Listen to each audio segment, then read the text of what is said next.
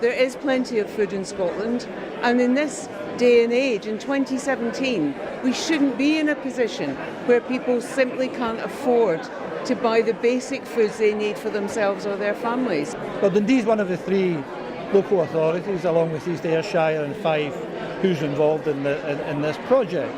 We're going to combine our data and see what works, so that can perhaps rolled out across the country. We need to have dignity.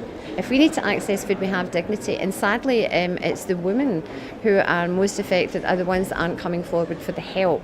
We're talking here today about cash, rights and food, and I just think this is a wonderful initiative and very proud to be one of the three councils involved in it. We estimate there's perhaps as many as 24,000 people that suffer from food insecurity in Fife. But it's the day-to-day examples that you come across that really hit you. People that walk 5 miles there and back to actually benefit from a food bank.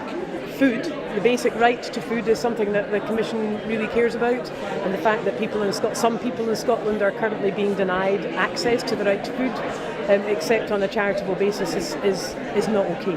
Many of the causes of food insecurity are sanctions that are placed on people who are between benefits often. We also know that things like 0 hours contracts are driving down salaries and making work quite insecure. So we know that there's a rising amount of in-work poverty. People arrive at that situation from all sorts of different, immeasurable areas, from mental health issues through to losing their job or having their welfare taken away from, all sorts of things, relationship breakups. It can end up, never be comfortable that you're always going to be okay. You never know what's round the corner. So we do 3 community meals a week.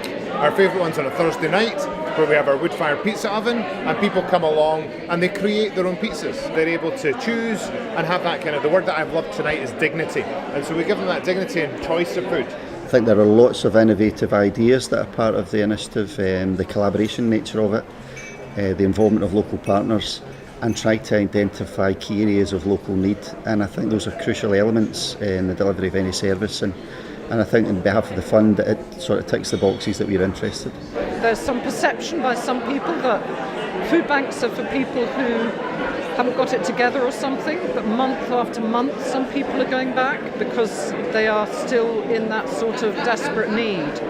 So we really have to change it. I think the exciting thing about the project are the organisations that have come together to put forward that strategic piece of work, the local authorities who have competed to be part of it, and then I think the quality of the data that they will bring forward matches our government, my government's commitment to use that information to make good policy decisions.